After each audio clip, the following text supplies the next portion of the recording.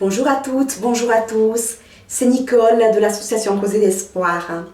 Aujourd'hui, je vais vous parler de l'ascension de Jésus-Christ. Nous allons lire le texte Luc 24, les versets 50 à 53.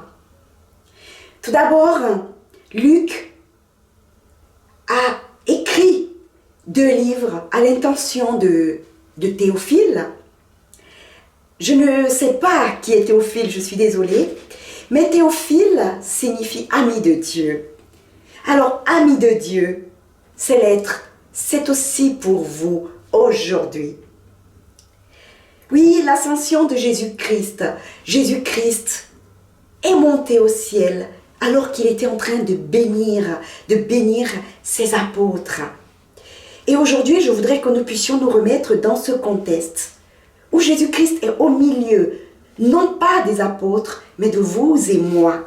Il est en train de nous bénir et il fut enlevé au ciel. Je trouve cette image fantastique.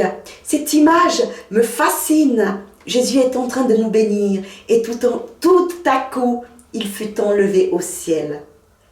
Le nuage commençait à nous empêcher de voir le visage de Jésus. Et tout à coup, il disparaît. On ne le voit plus. Mais cette ascension a ceci de merveilleux.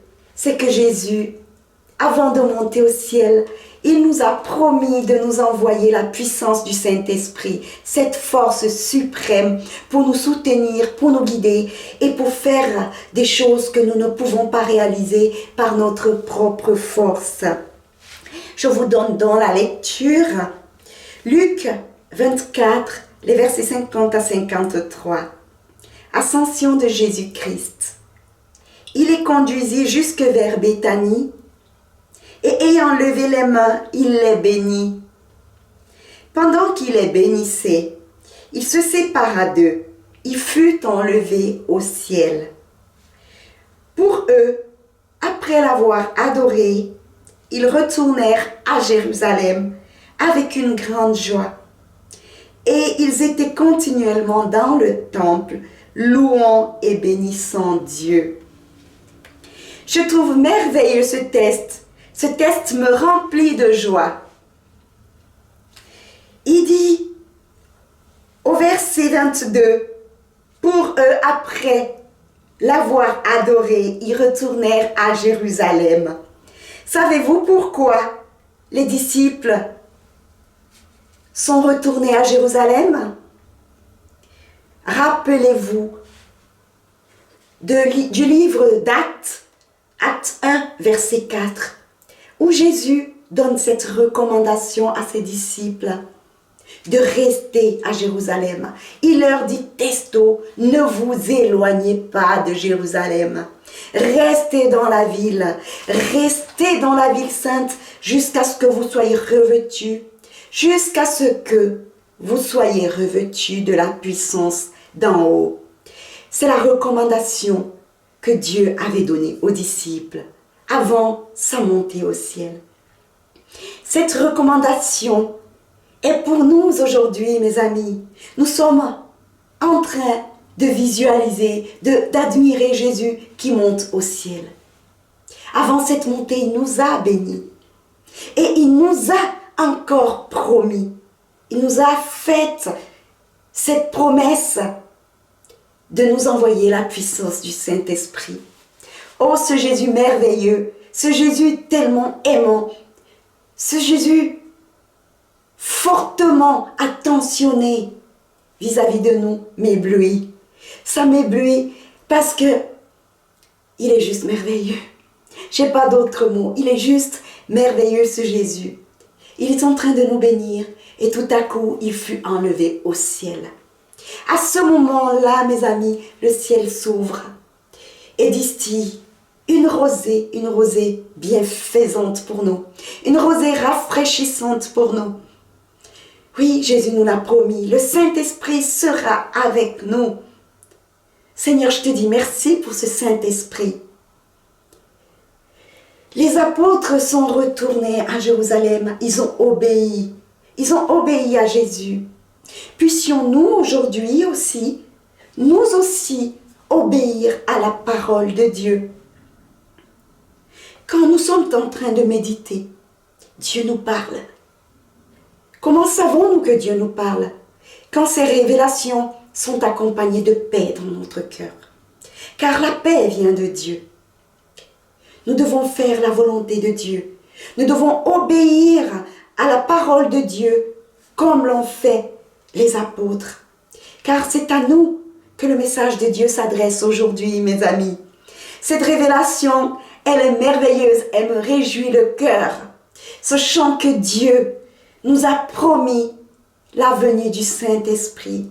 Il a dit, nous ne serons pas orphelins, je vous enverrai le Saint-Esprit, mais à une condition, restez à Jérusalem. Mes amis, restons à Jérusalem. Restons à Jérusalem dans le calme et la confiance.